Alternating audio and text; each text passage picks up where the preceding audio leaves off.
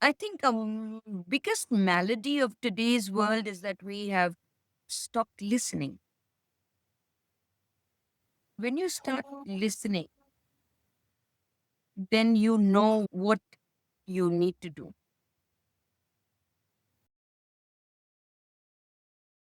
I started Parikrama from my kitchen table actually with my personal funds, all my life savings. And that's because I felt that I needed to take the risks before I could ask anyone to support me. Because I really believe it's important to burn the bridges behind you and not have a plan B because you've got to make plan A succeed. So I run now 4 schools, a junior college, and we have adopted about 5 government schools and in the process of adopting 2 more. Some of our children come from shelters where both the parents are life-term prisoners. Many of our children come from orphanages. What I believe that normally these children and their families have what I call the poverty of the mind. They think they can't do. So right from the very beginning, we try and eradicate that poverty of mind. I have kids who are studying in the US. They're doing extremely well. I have a child who's now returning. She went for an undergrad and she's now returning. She was leader of the school, an all white school. She never felt in any way inferior. And I think that is the point, is to make our children feel they are equal. I had the opportunity to volunteer with Mother Teresa while she was alive. I worked in Calcutta in Shishu Bhavan and Nirmal Hriday for 7 years. I volunteered. So twice a week, I would go and spend time with Mother Teresa. I learned a lot from her.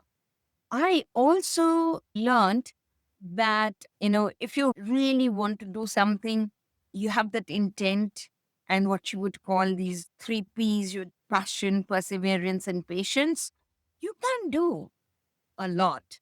Mother Teresa would always say that each one of us do not have to do great things.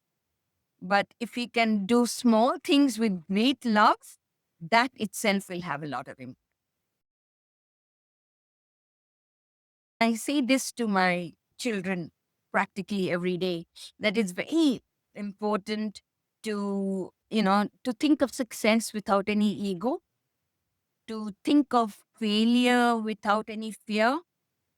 And I always tell them, you can be dignified in poverty, but be very practical about wealth.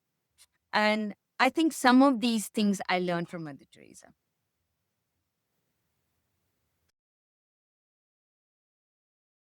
Oh, what a lovely question. I've never been asked this question before, and I think it's so important. Comparative literature opened up the landscape of literature. Okay, so we had to compare either the genre of literature, romantic poetry across Europe, across United States was pretty nascent in literature at that time. And do comparisons, understand the anthropology, understand what made people think and write. And because, literature is actually a reflection of society. So authors like Dostoevsky, Racine from France, Moliere in theater, so Beckett. We studied all that. And we also went behind what prompted them to write the way they did. I felt, there are so many of us talk about what life should be and what the government should do for the poor. Many of us, unfortunately, tragically, do not even know how the poor live. Many of us. I mean, otherwise, we wouldn't be in a state where 1% of the world population holding on to major share of the world's wealth. The disparity is enormous. I see it even today. I felt that I didn't want to be only talking about it over coffee and, intellectual discussion on what should be done. I felt I needed to do something myself about it. So I quit everything. We have had quite a few interns, both from American and European universities, as well as Indian universities, who've come and interned with us. And I'm very happy that they have gone back and started on their own or have started working in an NGO. A few of them have become entrepreneurs. My advice to anybody who comes and wants to learn, we throw open our doors because I think the more people we have who want to bridge the gap, the world would be a better place. Okay, so not just India, but the world. If you really understand poverty, you are looking at what is genuinely needed in the communities that you want to work with, rather than build a product and try and sell it for them. You got to live.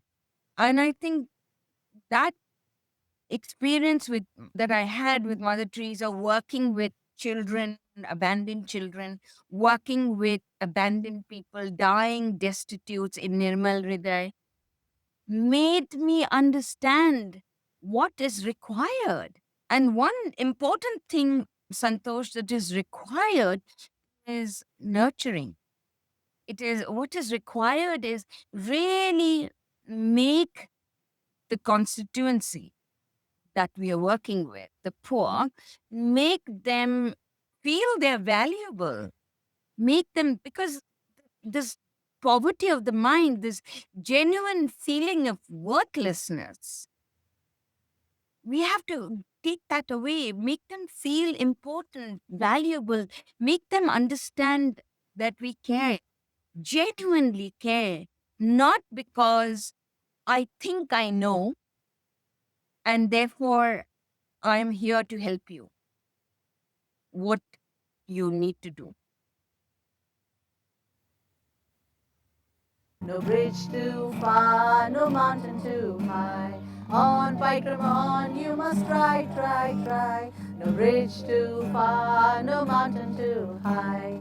On Paikramon you must try, try, try. No bridge too far, no mountain too high. On Paikramon you must try, try, try. No bridge too far, no mountain too high. On Paikramon you must try, try, try. Honesty, integrity shall flow in our vein. Care and compassion, humanity shall reign. To walk with our heads held high. On wings of love we shall fly, fly, fly. No bridge too far, no mountain too high. On Paikramon you must try, try.